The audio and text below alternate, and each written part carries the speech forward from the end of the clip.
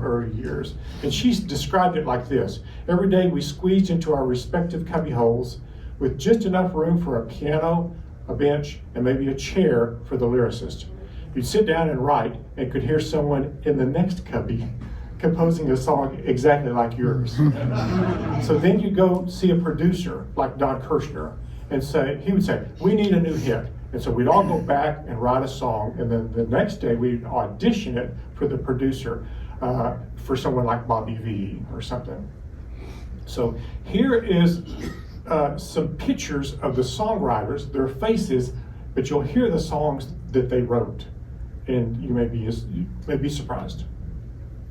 So darling, stand by me.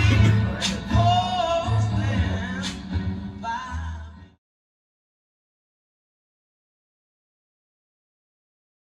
me. Close your eyes and I'll kiss you.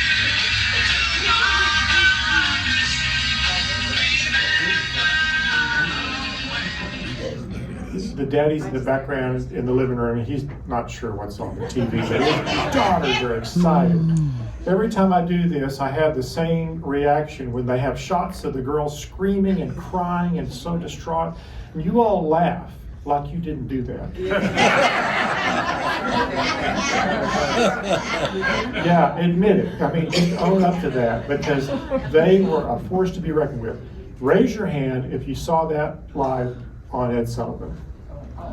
Yeah, me too.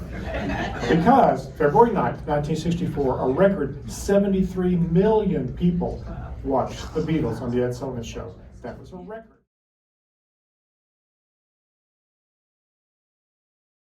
Started pushing for more input on the show, and they wanted to tour and play live concerts. And the producers said, well, but you guys can't play. And then, we want to do it anyway. Our fans want to see us. So that caused some friction with them and the producer.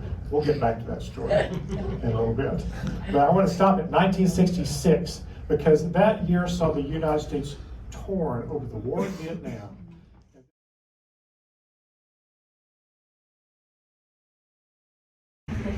Who in here remembers psychedelic music?